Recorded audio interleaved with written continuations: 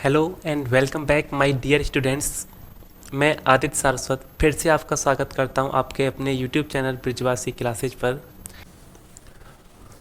एक कार्य करने के लिए ए को बी की तुलना में 2 गुना समय लगता है और सी को बी की तुलना में 3 गुना समय लगता है। यदि तीनों मिलकर काम करें तो कार्य 12 दिन में पूरा हो जाता है।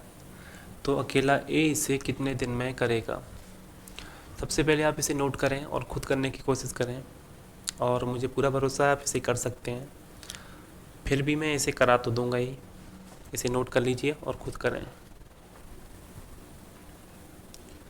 चलिए देखते हैं। एक कार्य करने के लिए ए को बी की तुलना में दुगना समय लगता है। इसका ध्यान रखें, यहाँ पर जो रेशियो है वो टाइम का दे रखा है। तो ए और बी, ए को बी की तुलना में 2 गुना समय लगता है, यानी बी अगर 1 घंटे का समय लेगा तो ए लेगा 2 घंटे का समय। फिर बोला, और सी को बी की तुलना में 3 गुना समय लगता है। तो बी की तुलना में 3 गुना किसको? सी को। यानी बी को अगर 1 घंटे का समय लगेगा तो सी को लगेगा 3 घंटे का समय। इतना प्रश्न में दे रखा है, आपकी समझ भी आ गया होगा। और ये जो रेशियो है वो टाइम का है, मैं बार बार बोल रहा हूँ, इसका विशेष ध्यान रखें। ये जो रेशियो दे रखा है वो टाइम का है या क्षमता का। अगर टाइम का रेशियो है, 3 पर्सन है, तो मैंने बताया क्या, 1 के बट्टे में लिखेंगे तो ये हो जाएगा आपका 1/2, 1/1 और 1/3।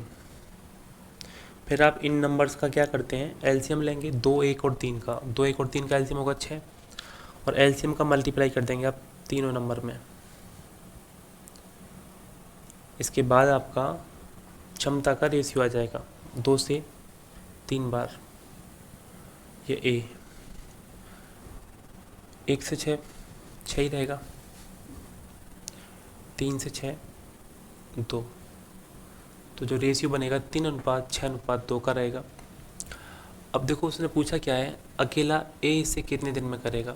उससे पहले उसने बताया कि जब तीनों मिलकर काम करते हैं तो काम 12 दिन में पूरा हो जाता है। तो पहले इन तीनों का काम जोड़ते हैं 1 दिन का। तो आपने देखा 3 और 6 9 और 2 11, यानी 1 दिन में कितना काम करेंगे ये? 11। कौन कौन? ए, बी और सी। और काम अगर पूरा करना है तो उन्हें 12 दिन तक लगा रहना होता है। तो अगर 1 दिन में 11 काम होगा तो 12 दिन में होगा, नीचे लिख देता हूँ, ये तो चलो यही लिखते हैं, 11 गुना 12, ये होगा आपका पूरा काम।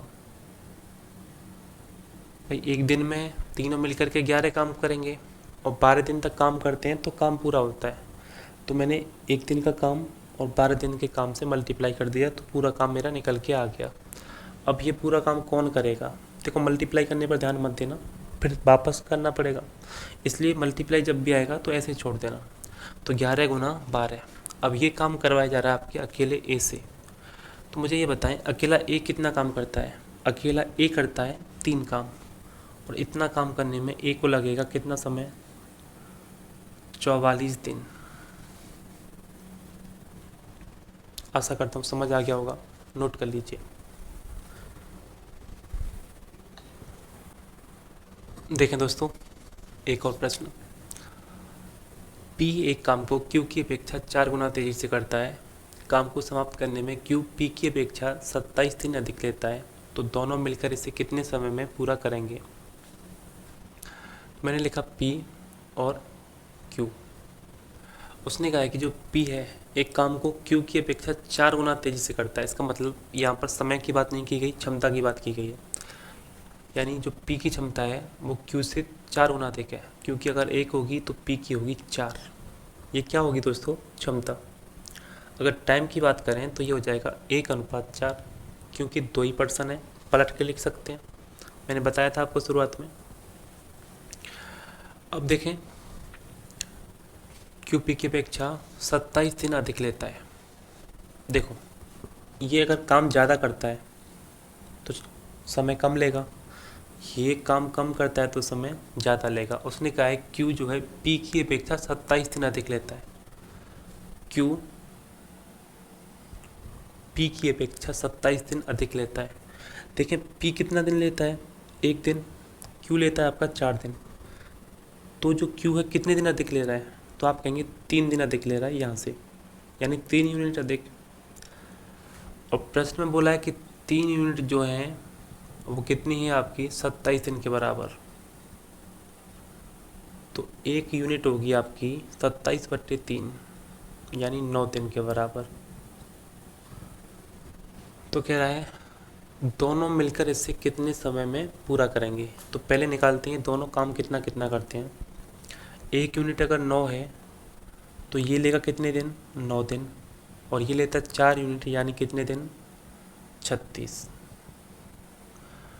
इसका मतलब ये हुआ दोस्तों, P अगर किसी काम को करता है तो 9 दिन में कर देता है, और Q अगर उसी काम को करता है तो 36 दिन का समय लेता है। कह रहा है दोनों मिलकर कितने दिन में करेंगे। तो ये पहला टाइप, A किसी काम को इतने दिन में, B इतने दिन में, तो दोनों मिलकर इसे कितने दिन में करेंगे। देखो दोस्तों, P करता है 9 दिन में तो मैंने P के सामने 9 लिखा। Q करता है 36 दिन में तो Q के सामने 36 लिख दीजिए। इनका एलसीएम लीजिए, 36 होगा। 9 से ये 4 बार, इससे ये 1 बार, पूरा काम है 36।